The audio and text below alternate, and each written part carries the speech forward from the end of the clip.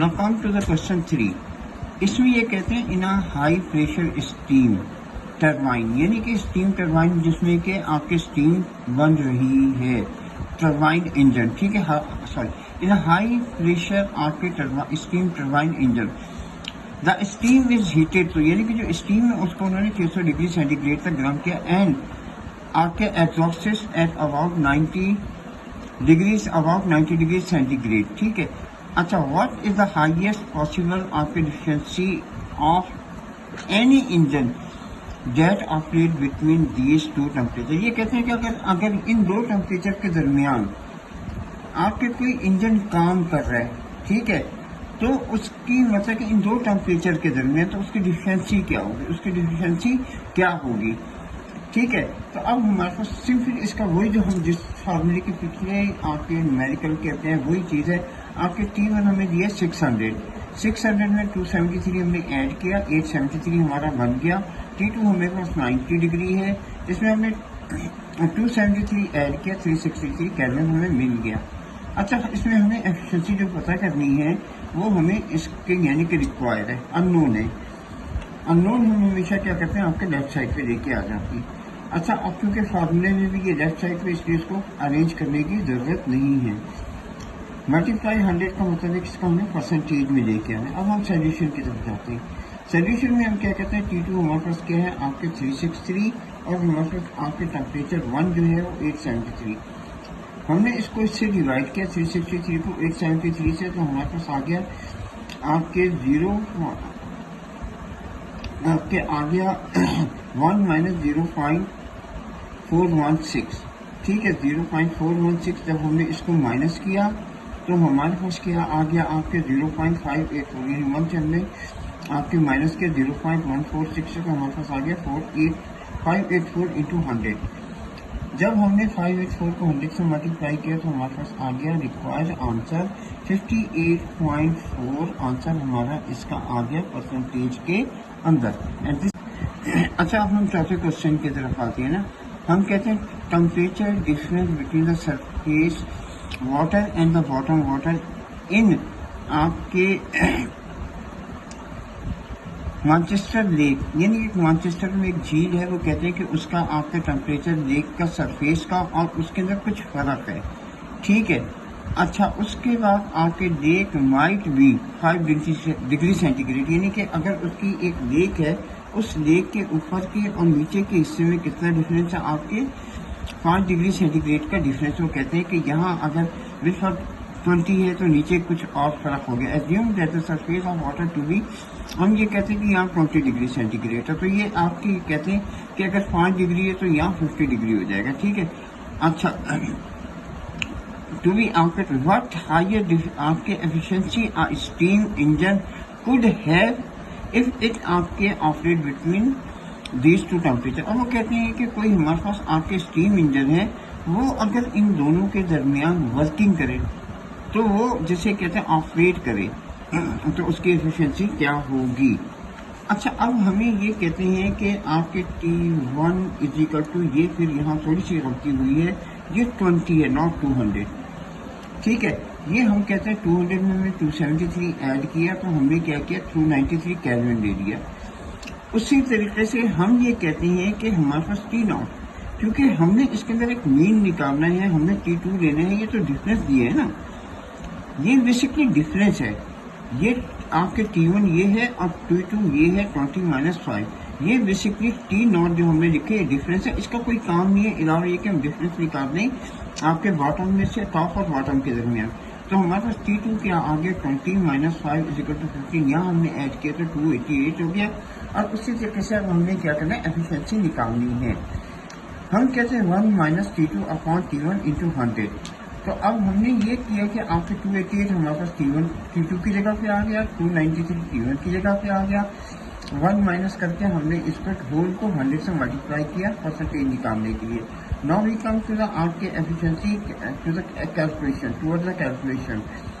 हमने कहा 1 माइनस, अच्छा ये हमने जब इसकी कैलकुलेशन की आपके 288 को डिवाइड किया 293 से, तो हमें मिल गया 0.9829। हमने 1 से माइनस किया तो हमारे पास आ गया 0.01706 इंटू 100। और जब हमने इसकी कैलकुलेशन की आपके 100 से मल्टीप्लाई करके, and this is the our required answer, and also I think our look is the same answer. तो ये हमारा आपके जवाब आ गया क्वेश्चन 4 का। अच्छा, क्वेश्चन 5 को मैंने भी छोड़ा है, क्वेश्चन 6 में कर रहा हूँ। क्वेश्चन 5 में इंशाल्लाह एक आदमी में लोड कर दूंगा। हम कहते हैं if heat engine perform work of 0.1466 वाट। अब यहाँ पे ये आगे वाट की कहानी, ठीक है। In 1 hour and reject 4500 joule of heat to the आपके sink, what is the efficiency of engine. अच्छा, ये भी एफिशिएंसी के सवाल है।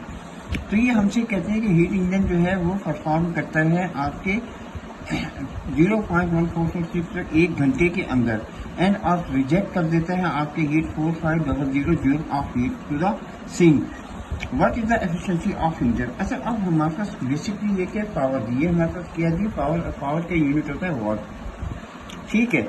अच्छा, ये हमारे पास क्यू आ गया, क्यू का जूल होगा आपके अलग अलग करे जूल हो गए ना, और इसका आ गया सेकेंड। अब ये हमारे पास 1 आवर्स का मतलब होता है 60 इंटू 60, यानी कि मिनट इंटू सेकेंड, तो ये हो जाता है 3600, तो ये हमारे सेकेंड बन जाते हैं, ठीक है। अच्छा, हमारे पास पावर का फार्मूला है, हमारे पास P is equal to W/T, और Q1 का फार्मूला हमारे पास है, इट मे बी माइनस ना। अच्छा, उसके बाद हमारे पास ये आ गया आपके P इज इक्वल टू आपके W/T, W/T work upon time, ठीक है। अच्छा, अब अगर हम इससे वर्क लेना चाहते हैं, तो हम कहते हैं आपके W is equal to PT, यानी कि हमारे पास पावर इंटू टाइम पे जब हमने मल्टीप्लाई किया तो हमारे पास क्या आ गया आपके 1499.6, यानी कि 1499, 1499.6 उसको बढ़ाया जा सकता है, राउंड अप करके 1500 भी लिख सकते हैं, ठीक है। अच्छा, अब हम क्या कहते हैं कि हमें इसके अंदर एक और चीज़ है, वो क्या, Q1 इज इक्वल टू हमारे पास क्या है आपके असल बेसिकली होता क्या है, हमारे पास Q1 माइनस आपके Q2 जो भी था, जिसको हमने क्या किया, Q1 is equal to W plus Q2। अब अगर हमने इन दोनों वैल्यूज को ऐड की, दिस वैल्यू इज हमारे पास गिवन है, Q2 की वैल्यू गिवन है और W हमने लिया है, तो हमारे पास ये क्या आ गया 59997, ठीक है। अच्छा, उसके बाद हम क्या करते हैं कि नेक्स्ट पेज पे आ गए, उसके बाद हम क्या करते हैं, इसकी एफिशिएंसी निकालनी है। एफिशिएंसी वही हम जो फार्मूला यूज़ करते आ रहे हैं, हमने क्या किया। अच्छा, इसके अंदर हमारे पास क्या है, आपके एफिशिएंसी निकालने के जो हमने फार्मूला यूज़ किया है, वो फार्मूला हमारे पास क्या है आपके 1 माइनस आपके Q1 अपॉन आ गया आपके Q2 अपॉन आपके Q1, ठीक है। ये हमारे पास आ गए इसका आपके फार्मूला, ठीक है। और इसका हमने किससे मल्टीप्लाई किया, 100 से। किससे मल्टीप्लाई किया, 100 से। ये हमारा फार्मूला इसका आपके जो हमने अप्लाई किया, ठीक है। अब जब हमने फार्मूला अप्लाई किया तो हमारा आंसर आ गया आपके 24.99%, ठीक है। ये भी हमारा सवाल जो है आपके कंक्लूड हो गया। And now come to the last question. हमसे ये कहते हैं क्वेश्चन नंबर 8 ऑफ एक्सरसाइज आपके चैप्टर 17 फिजिक्स सेकेंड ईयर, ठीक है। A Carnot engine absorbs 52 kilojoules as heat and आपके एग्जॉस्ट, यानी कि उसके अंदर जो हीट निकल जाती है, यानी एग्जॉस्ट हो जाती है, वो कितनी है 36 kJ यानी kilo joule as heat in the each cycle, यानी कि हर चक्कर में। कैलकुलेट द इंजन आपके एफिशिएंसी हमें पता करनी है, और द वर्क डन, और जो काम किया है साइकिल आपके किलो जूल्स के अंदर। ये हमें आंसर किस में लेके आना है, किलो जूल्स में। हमने आंसर किस में लेके आना है, किलो जूल्स के अंदर। तो लिहाजा हम कहते हैं कि Q1 हमारे पास कितने हैं आपके 52, और रिजेक्टेड हीट कितनी है 36, ठीक है। अच्छा, उसके बाद हमारे पास एफिशिएंसी हमें पता करनी, वर्क हमें पता करना है, और अगर हम इसको सिंपल फार्मूले के अंदर पुट करें तो ये हमारे पास इसके 2 फार्मूले हैं। और उसके बाद हम कहते हैं 1 माइनस 36/52। हमने जब इसको इससे मल्टीप्लाई किया, हम इससे डिवाइड 36 को 52 से डिवाइड करके हमने इसको सिंपल कैलकुलेटर में डाल के इसको थोड़ा सा डायरेक्ट कर दिया, क्योंकि सेकेंड ईयर की क्लास है, इतने सारे स्टेप करना मुनासिब भी नहीं होता। आप इसको डायरेक्टली कैलकुलेटर में डाल के इसका आंसर हासिल कर सकते हो। तो इसका आंसर आके 30.769%। अब हमने डेल्टा डब्ल्यू निकाला। अच्छा, अब हम इसको ऐसे भी कर सकते हैं ना, ये 52 जो है ना, ये हम लिख लो किलो जूल, कुछ अजीब अजीब सा लग रहा है ना, तो हमने ये लिख दिया किलो जूल। और आपके 52 आपके किलो जूल में से आपके 36 निकल गया, तो हमारे पास आ गया रिक्वायर्ड आंसर, यानी डेल्टा डब्ल्यू भी हमारे पास वर्क डन भी हमें मिल गया 16 जूल और आपके kilo joule. And these are the आपके जिसे कहते हैं required answer out of the book. अच्छा, दूसरी बात ये जो मैंने आपसे एक बात कहनी है, मेरे इस चैनल को देखें, लाइक करें, शेयर करें, सब्सक्राइब करें और लाजमन ये करें, क्योंकि करने वाले की इससे हौसला अफजाई भी होती है और लोगों तक ये बात पहुंचती भी है। अच्छा, क्वेश्चन 7 है ना, इसके अंदर मुझे इन्होंने 4 चीज़ें पूछी हैं। हमसे कहते हैं कारप्लेन engine operate between the temperature 850 K to 300 K। आपके engine perform 1200 joule of work in each cycle, यानी कि हर चक्कर में वो जो काम कर रहा है वो है 1200 जूल, ठीक है। विच टेक आपके 1 सेकंड यानी 0.25 सेकंड के अंदर वो एक उसका चक्कर लगता है, एक साइकिल होती है कंप्लीट, और वो जो वर्क होता है उसका आपके वो होता है आपके 1200 जूल्स, ठीक है। अब वो इसका जो टेम्परेचर डिफरेंस कितना है 850 टू आपके 300 के। अच्छा, इसके अंदर जो 4 चीज़ें पूछी गई ना, ये बहुत आसान, बहुत जिसे कहते हैं आसान न्यूमेरिकल टाइप की है, यही बहुत आसान वर्क आपके वर्क प्रॉब्लम कह रहे जैसे हैं, ठीक है। अच्छा, इसके अंदर सबसे पहले हमसे जो चीज़ें पूछते हैं वो कहते हैं आपके what is the efficiency of this engine, इस इंजन की एफिशिएंसी क्या है, यानी कि वही हमने फार्मूला हमने सबसे पहले तो इसके अंदर डेटा डाल दिया। T1 850, T2 300, W यानी कि जो वर्क डन वो हमारे पास आपके 1200, टाइम हमारे पास 0.25 सेकेंड। अब हमने एफिशिएंसी निकालनी है। एफिशिएंसी निकालने के लिए हमने क्या किया, जो फार्मूला हम मुस्तकिल यूज़ कर रहे हैं वही यूज़ किया, 1 - T2 upon T1, 1 - 300 upon 850 into 100। तो हमारे पास रिक्वायर्ड आंसर आपके ए पोर्शन का आ गया आपके 64.7%, ठीक है जी। अच्छा, दूसरा क्वेश्चन हमसे ये कहते हैं कि जी आपने क्या बताना है, what is the average power. अब हमने बतानी है पावर बताने के लिए हमारे पास यहाँ वर्क भी दिया हुआ है, टाइम भी दिया हुआ है, फार्मूला भी दिया हुआ है। तो हम कहते हैं P = W upon T। P = W upon T। तो हमारे पास क्या है, हमारे पास आपके W 1200 है, टाइम हमारे पास आपके 0.25 है। जब हमने इसको डिवाइड किया तो हमारे पास आ गया आपके 4800 जूल। और अगर हम इसको बुक के आंसर के मुताबिक लिखना चाहें तो हम इसको क्या करते हैं, आपके 1000 से डिवाइड करते हैं तो हमें आ जाएगा किलो जूल। तो ये फिर हमारे पास आएगा 4.800 आंसर, यानी किलो जूल।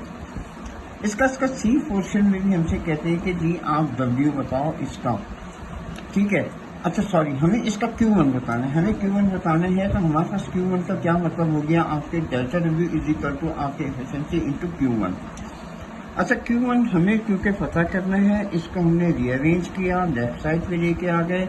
अब हम कहते हैं डेल्टा W अपॉन आपके एफिशिएंसी, ठीक है जी।